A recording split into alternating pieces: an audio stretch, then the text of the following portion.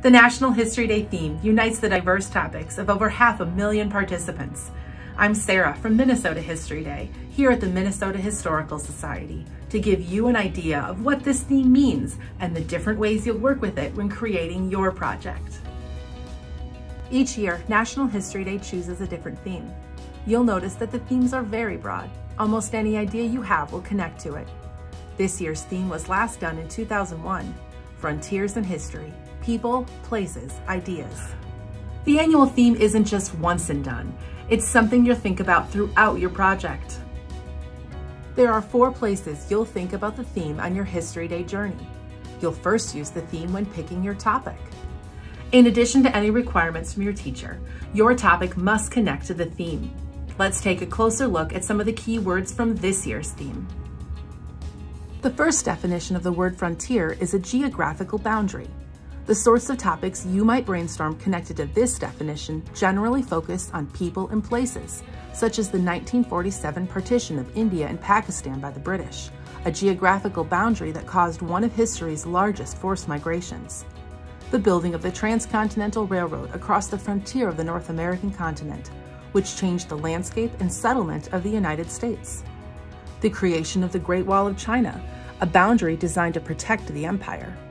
Or the Treaty of Guadalupe Hidalgo, which ended the Mexican-American War and established a boundary by which Mexico ceded 55% of its territory.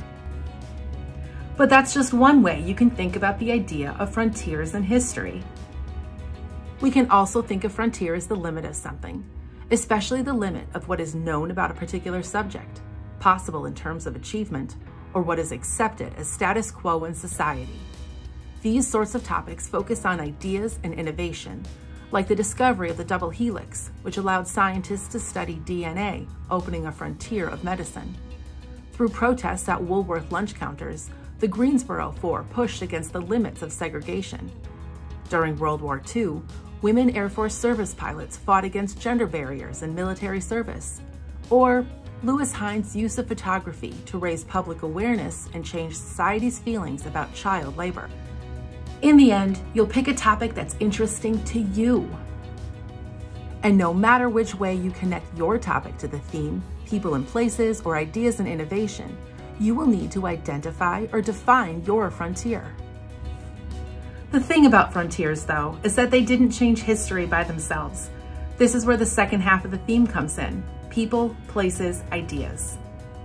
People or groups living in specific places and times acted on their own ideas and goals to change history. Consider these 3 words carefully while making your theme connection. Ask yourself some key questions and draw connections between the frontier and the people, places, and ideas involved. Most topics will have all 3. We also can't forget the words in history. While not an official rule, we encourage you to look for topics that are at least 20 years old, where you can determine the short and long-term impacts of your topic and find the research necessary to support those conclusions. The next time you'll use the theme is as you consider multiple perspectives in history. A perspective is one point of view, one person's experience or side of the story. Multiple perspectives are present when a topic is viewed from more than one point of view, and primarily those with different opinions or experiences. Why are multiple perspectives important to historians? I want you to think about looking through a pair of binoculars. Looking at one point of view or through just one lens of the binoculars is single-sided and incomplete. Let's say we only consider the perspective of the U.S. government in building the interstate system that now crisscrosses the country. When we add additional perspectives, like using both lenses of the binoculars, we see a fuller picture. To continue with our example, adding in the perspective of those communities through which the interstates were constructed, like Rondo here in St. Paul, gives you a different perspective and a fuller understanding of how the topic changed history. It's also important to keep in mind that there are likely a variety of perspectives within any group. Consider the ways that opinions or experiences might change for those with or without power or influence, who stood to gain or lose financially, by location or by religion or cultural background. But peeling apart the layers is just the first step. Keep thinking about multiple perspectives in your research. when developing your thesis, and when creating your final project. While everyone needs to consider multiple perspectives, the way they influenced your topic is going to be different for each one of you. It doesn't mean that every point of view played an equal role, was impacted equally, or needs to show up in your project in the same way. Next, you'll think about the theme as you make an argument about how your topic changed history. And to do this, we need to look at what's actually missing from the NHD theme. Impact words. And just because they're not there doesn't mean they're not important. Historians, you all included, do more than just tell stories. They ask questions, look for evidence, and draw conclusions about what happened in the past. This analysis is what moves your project beyond storytelling. Your teacher and judges will look for your analysis to show up in two major ways: through your historical argument or thesis, and in the significance and history section, which talks about the impact or consequences of a topic in both the short and long term. And to draw these conclusions, you'll need to think about, you guessed it, multiple perspectives, how various people or groups experience the topic differently. The last way you'll encounter the theme is to build the theme connection into your project.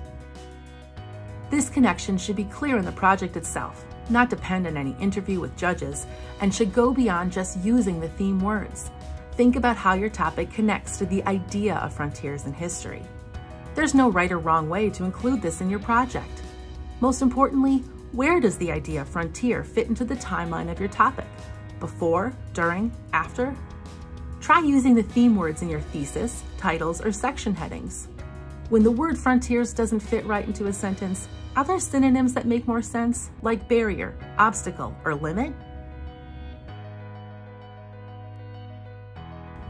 In language, there are often additional ideas or emotions connected to words beyond just the definition.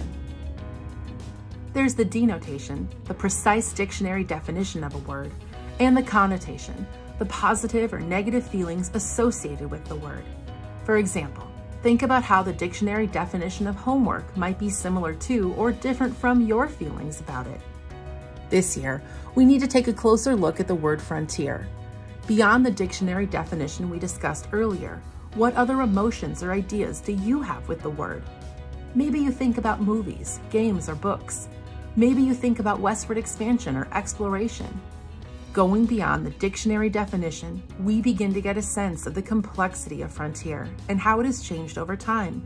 Historically, frontier often conveyed the belief that the physical space at the edge of settlement was uninhabited wilderness. But in thinking about American history, was this actually true? These lands were not uninhabited. This myth erases the indigenous peoples who inhabited those lands from history. And this isn't just limited to American history, but any history around the world that involved exploration, colonization, or assimilation. While this untangling of the idea of frontier won't apply to every topic, many students will likely encounter this. So how should we, as historians, approach these topics? First, we need to consider multiple perspectives. Ask yourself, how did all groups experience the situation?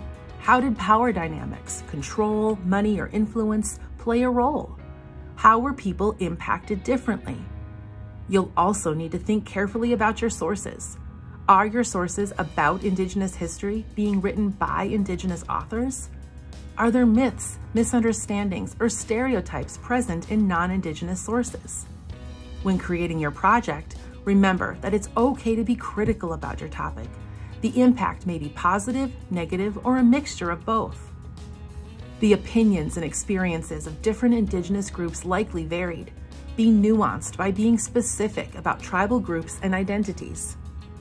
Are you considering only what was done to people, or also thinking about the way they responded, adapted, resisted, and how they still exist today?